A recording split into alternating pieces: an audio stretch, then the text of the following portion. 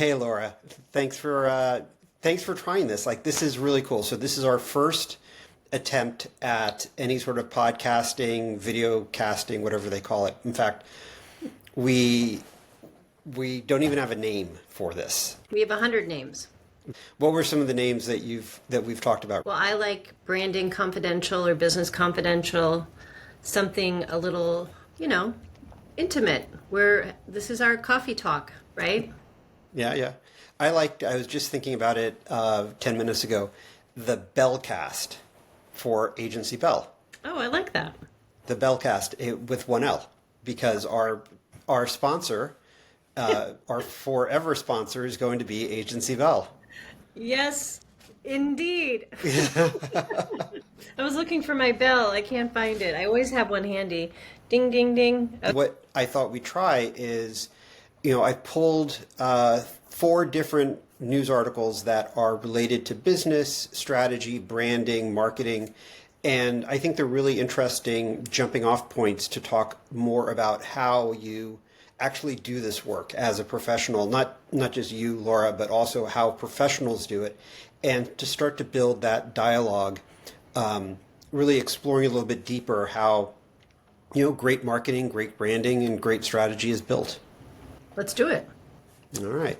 So let's jump right in. Our first news article of the week is about Unilever, the big CPG company, of course. They've made a major shift in their marketing strategy. Now, this comes after a major shift in their executive strategy as well. The previous CEO was let go a couple weeks ago now, and they've got a new CEO in place. And this new CEO announced that they are moving away from traditional advertising and doubling down on influencer marketing.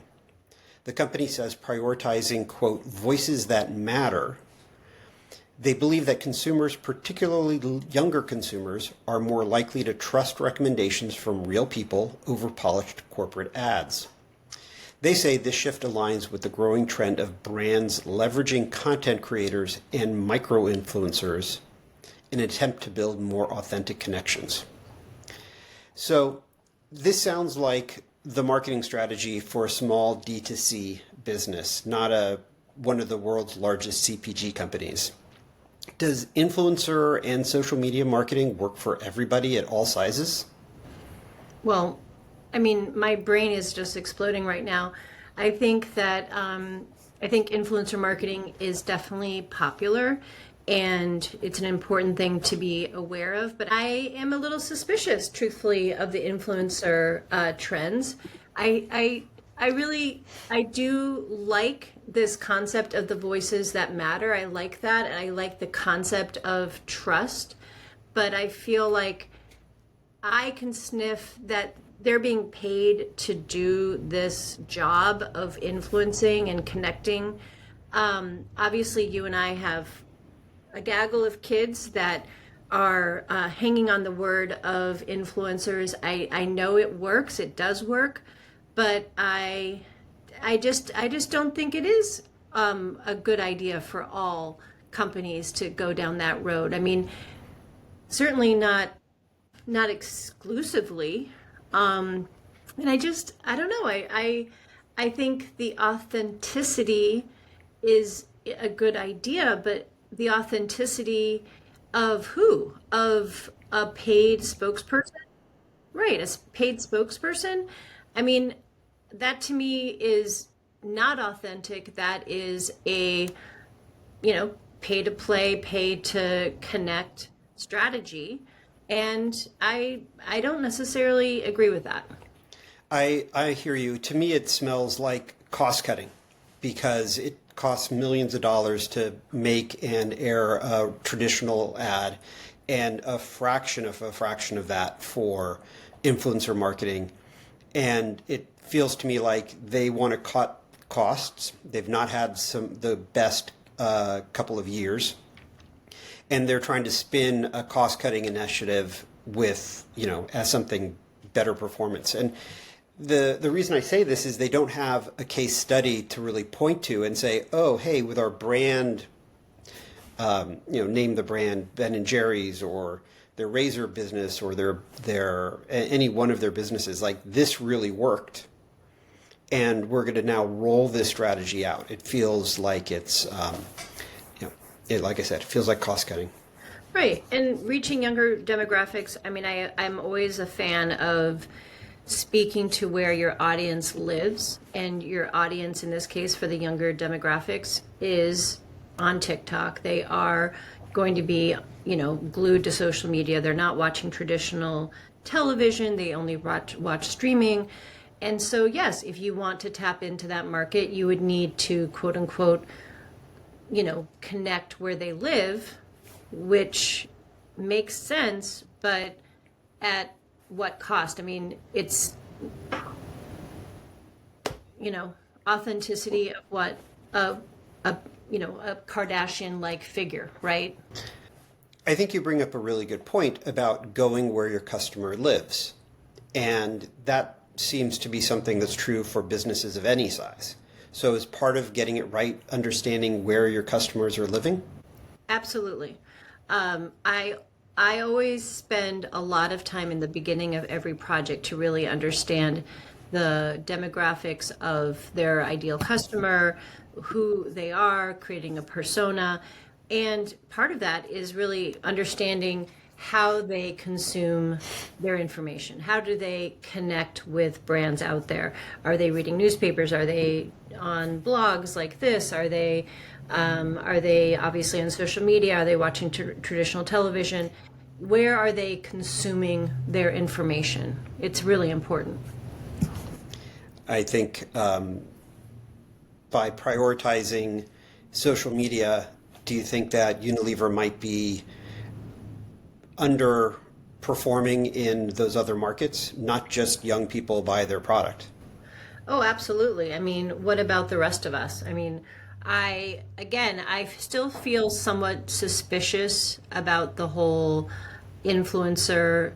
And again, I'm not that young person, so I'm not that demographic. But what about the rest of us? We all need shower gel and soap and toothpaste and perfume and makeup. So, yeah, I think they are missing a beat here. People of all types buy Unilever products. So to just focus on young consumers and just market in those channels feels like they're missing opportunity. Yeah. Okay, our second item I want to talk about is a naming story. Now, in 2021, Aberdeen, which is a global investment company headquartered in Scotland, changed their name. Now, they didn't change their name to a different name. They used their existing name and just eliminated all their vowels. So Aberdeen was renamed Aberdeen. Maybe. I'm not really sure how you pronounce it. ABRDN. They recently, though, reversed course, and they admitted that the rebrand was, as they say, quote, problematic. The decision to drop the vowels from their name, it was meant to be modern and sleek, but instead they found it confused customers, created pronunciation issues, clearly, and ultimately diluted brand recognition. Now, my question is, does this move highlight the risks of trendy, overly stylized brands in general, like as a universal warning? Or was this a misfit between what consumers are looking for in a global financial services company and their rebranding? Or is there something else here at play? Okay, well, my first thought was, hey, that's cool and more power to them. And I wish I was cool like that because I'm a pretty classical designer and brand strategist. So at first I was a little bit like, come on, let's be cool. But you know what? Seeing the consonant only expression of the name, which is ABRDN, those are difficult letters, actually. And you know what? I would not have said Aberdeen if I saw that. I would be like Aberdeen. So I think it really was at the expense, that concept of trend was at the expense of success. And ultimately, I always say naming solutions need to be easy to say. So if you want to take out some letters, make sure it's still easy to say. You can't lose the name. Right now it's almost like they're trying to be Airbnb. I mean, it's like my brain wants to see Airbnb in that truncated expression. And I just don't know why. Like, I mean, obviously a name change is a trigger to the marketplace that something has happened. There's changes afloat. We're new, we're fresh, something is happening, but I don't see a reason for it. I don't know if they did any research, any customer research. Was this just a marketing director gone rogue? I mean, I'd be curious what the background was for why they did this. Me as well. It seems like a misfit between what their business is and what the name is. Right. And I think financial services are traditionally very conservative. I like shaking things up occasionally. Back in the day, I worked with Santander, their global advisory group, and Santander is a Spanish bank. They have this beautiful, very, very, very saturated orangey red color that is fiery and very unique in the industry. Whereas, there's typically a lot of blues and greens and safe colors. So when their global advisory group came to us, I blew up the logo and the brochures were that fiery red color. And of course, in financial markets, red is, a loss, not a success, right? So it was definitely a conversation of, are we willing to do that? And I said, hey, I think this is very special. You have this beautiful, unusual color. And when you put 5 brochures on the table, which one's going to stand out? Yours is going to stand out. Own your fire, own your power. I think that's great. But again, there needs to be a rationale behind all those decisions where you're breaking the mold. All right. So our next and last news item from the week of business came from the Times of London. And they wrote an article I was excited to read that outlined 7 strategies to take a firm with a proven business model to the next level. Unfortunately, these strategies all seemed, one, kind of obvious and all required a lot of capital. So they had suggestions like vertical integration, launching new products and services, acquiring a complementary business. And I think that's all fine and good if you're a business of scale and profitability to consider those things. But a lot of the businesses that you work with are in the growth stage. So when you work with your clients and they ask you, how do I grow my business? What are some of the strategies you help them with? Oh, great question. I think you just mentioned something important. Growth-minded, scrappier companies. Anything in $1 million or less, or even $1 million to $2 million, definitely are in a protective stance in terms of marketing and resources.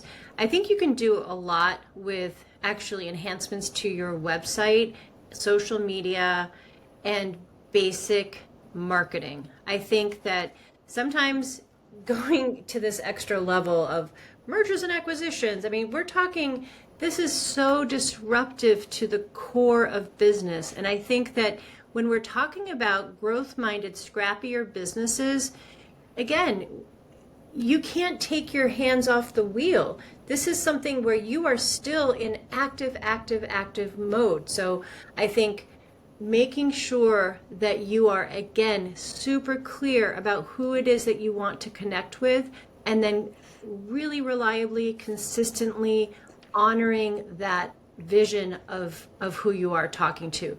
Getting back to the basics of having a great website that really makes sense, that is landing with that ideal customer, it's speaking to them, it really checks all the boxes in terms of how it connects with Google in terms of SEO and other keywords, making sure that you are using your time on social media to again, not just add more fluff and clutter to the social media stratosphere, but making key messages, key points that add value to your ideal customers' lives, that are really answering their questions, their pain points.